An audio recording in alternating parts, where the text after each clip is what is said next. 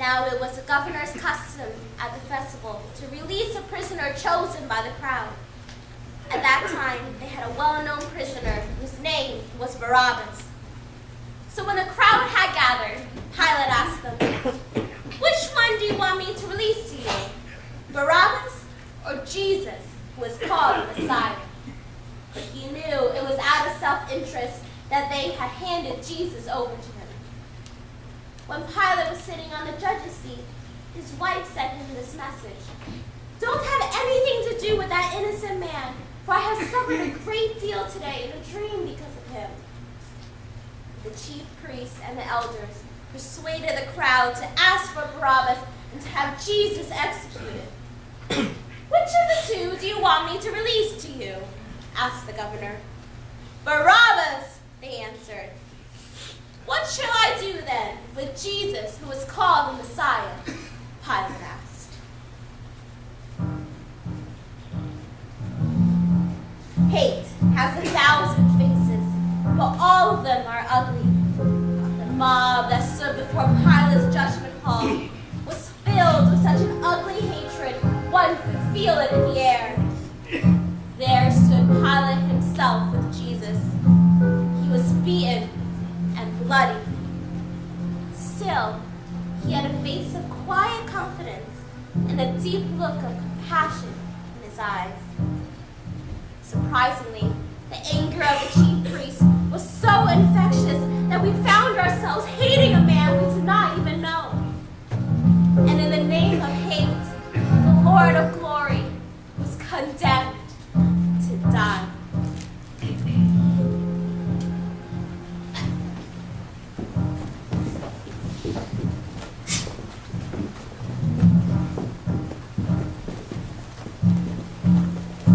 I find no fault in this man.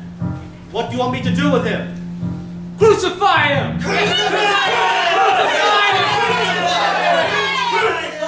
You want me to crucify your king? Apart from Caesar, we have no king! Yes, crucify him!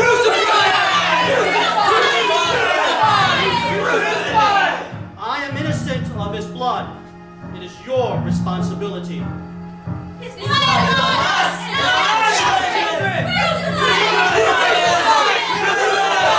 Crucify! All right. Just as you said.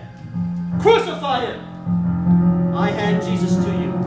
Do with him what you will.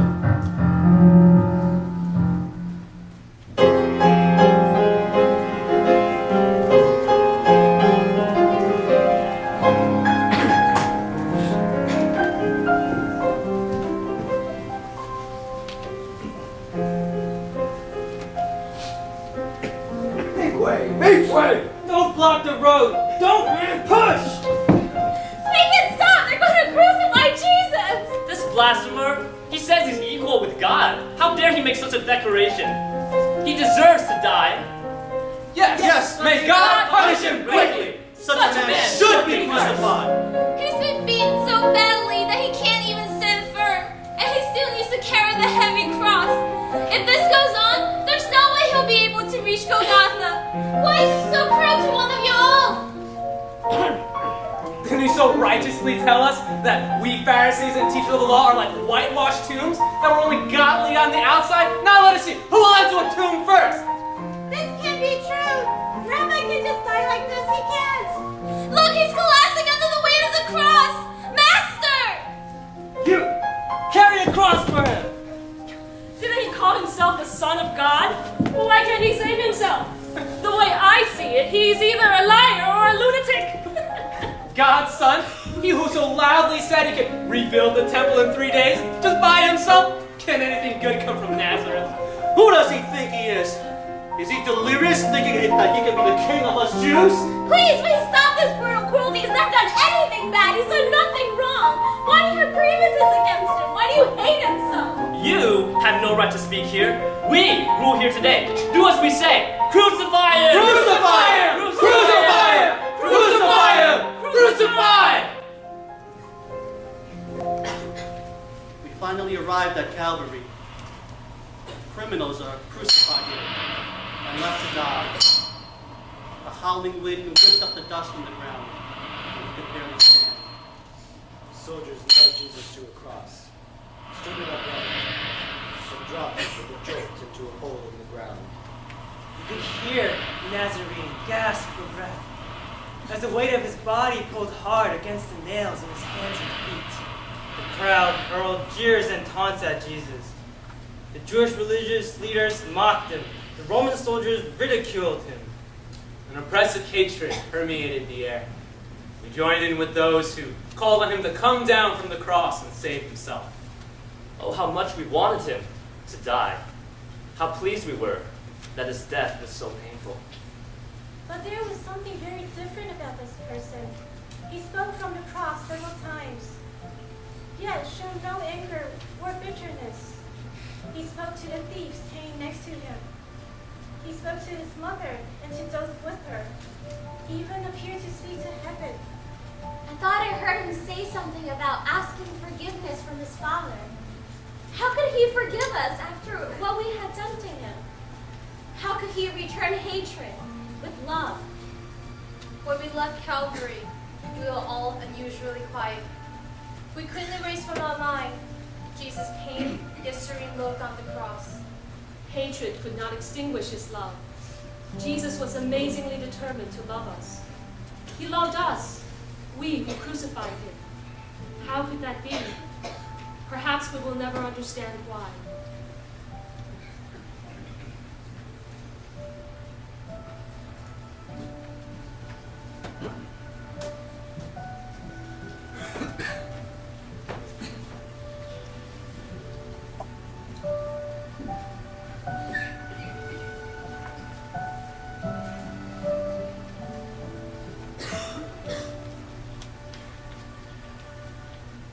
Were you there when they crucified my Lord?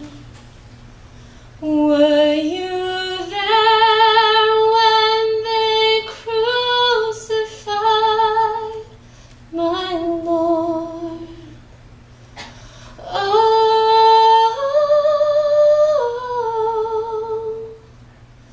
sometimes it causes me to tremble, tremble, tremble.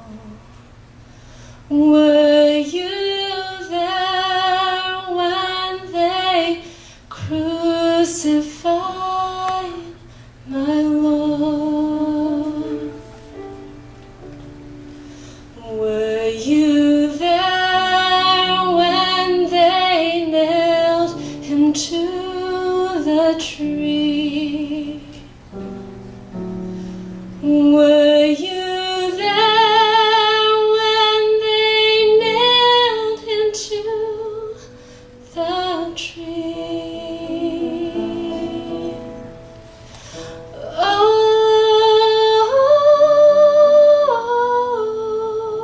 Oh, sometimes it causes me to tremble, tremble, tremble. Were you there when they nailed him to the tree?